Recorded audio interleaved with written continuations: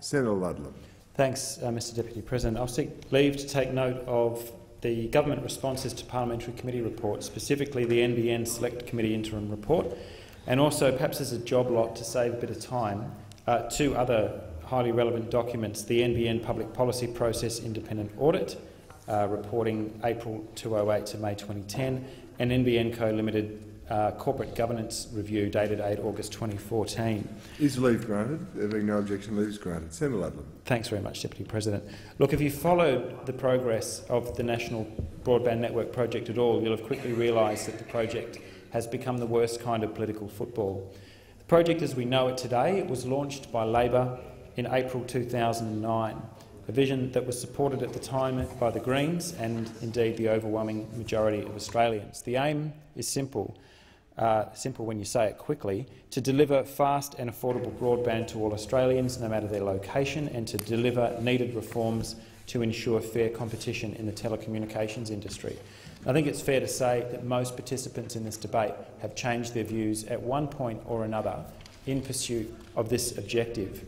The Labor Party, for example, began with a fibre to the node project that was then quite substantially scaled up after the expert panel that they appointed to work out the economics came back and said it'll be obsolete on the day you build it, don't bother, go straight to a fibre to the home rollout. Change of direction there for the Labor Party. For the Coalition's part, when Senator Minchin was communications spokesperson, Senator Bernardi will remember this, the Coalition were fiercely opposed to structural separation of Telstra and reforms to the underlying asymmetries in the wholesale broadband market and telecommunications market. When Mr Turnbull took on the portfolio, quite an abrupt change there for the Coalition. And so people have shown in the past a willingness to change their views as facts become available. I think the aim of fast universal broadband to all Australians is still one that is worth strong support. Along the way, unfortunately, something really disturbing has happened to the debate. It's almost like an insidious poison has crept into the discussion around the NBN Co.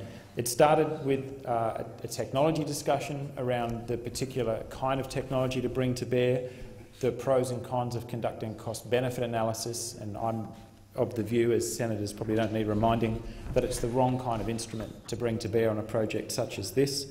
Then it progressed to very personal attacks on the senior management of the company, the construction companies, their suppliers, tender processes and every level of the oversight. And so today I think if you mention NBN Co in polite conversation, people can't hear that word without thinking about the incredible level of venom and politics and backbiting and aggression that I think have contaminated the debate at every level. And when it comes to the NBN, it seems our leaders cannot agree on anything.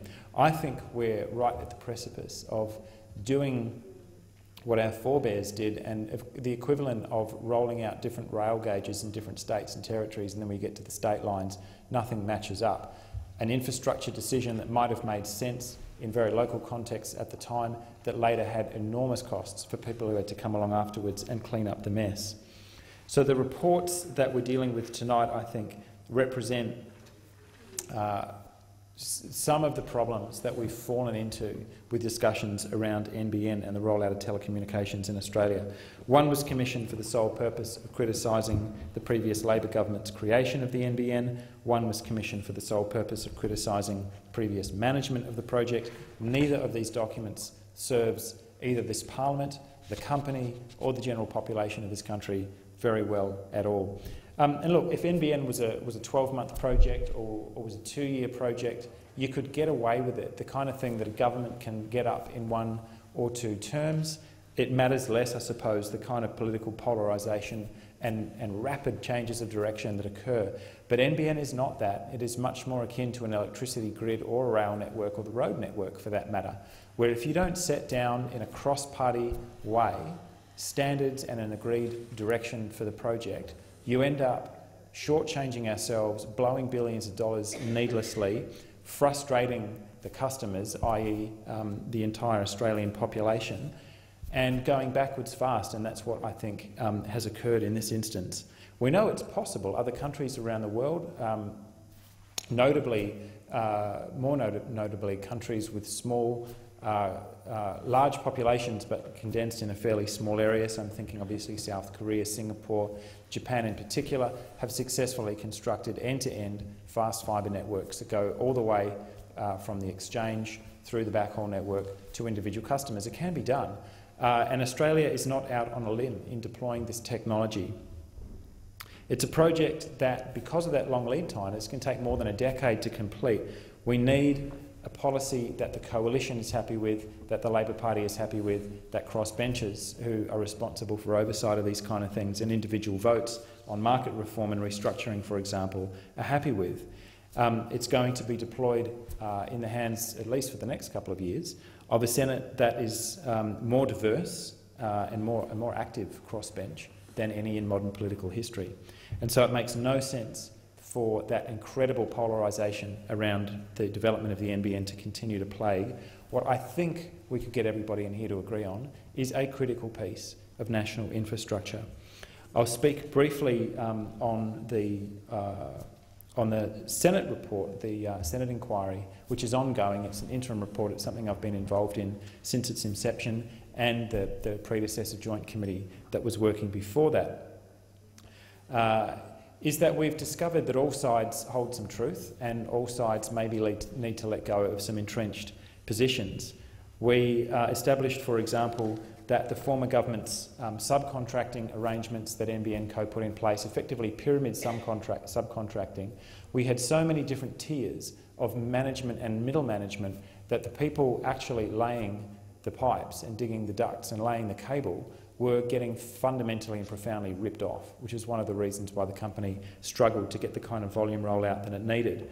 We also found out, I think we've established beyond any reasonable doubt, that Minister Turnbull's intuition that a fibre to the basement configuration in some areas is going to be much faster and cheaper than trying to put fibre up to every individual apartment dwelling. In some contexts, in older building stock, it may make sense, as Mr Turnbull's been hinting at from his experience overseas, to do that. But the fact of the matter is most Australians don't live in high-rise apartments. We're an incredibly dispersed population.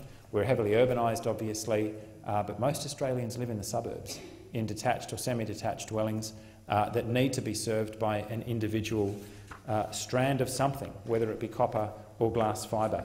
I hope the committee has laid to rest for its members and anybody following its work the idea that we could just maybe sit on our hands and wait for wireless to overtake everything. I think we've got through that degree of misapprehension of the fundamentals of the technology. At some point you actually have to lay high-capacity fibre for networks, for wireless networks to function at all. I think we've also established that, that the fibre to the node build is extremely problematic. The fact that not a single premise under the new trials that Mr Turnbull initiated, the so-called multi-technology mix, this mixed technology idea that we'll use a bit of everything, not a single customer connected to the network 10 or 11 months after the change of government and the change of policy. I think it tells us that effectively the expert panel that Minister Conroy convened so many years ago probably got it right on the subject of very large-scale fibre to the node, not individual niches where it makes sense, but at the largest scale that the coalition seemed to be embarking on. It'll be obsolete on the day it's built, and those nodes will need to be ripped out, and people will eventually need to be connected. If we're not to entrench a digital divide in this country, we'll need to be connected to an end-to-end fibre network. One of the things that the last hearing of the committee, I think, established with a bit of diligence is that the government and the new NBN Co management, some individuals with a lot of experience in the telecommunications sector here and overseas, are looking at what they can do to drive the cost down of fibre to the premise build-out. And so I think what we are seeing potentially, if we can draw the sting out and pull the politics out of the debate, we're seeing a convergence of technology and consensus that, yes, there'll be a bit of multi-technology mix, there'll be a bit of fibre to the basement, there'll be a bit of wireless, there'll obviously be satellite infill, but I think we can see our way towards a national broadband network that returns to that original vision for the vast majority in the high 90s or the mid-90s of the population, a end-to-end fibre network. is actually providing the best option. This is the offer that the Greens are putting on the table tonight and in all of our work in this space. Pull the politics out, get on with building a network that provides a universal broadband service to a country that needs infrastructure like this more than ever.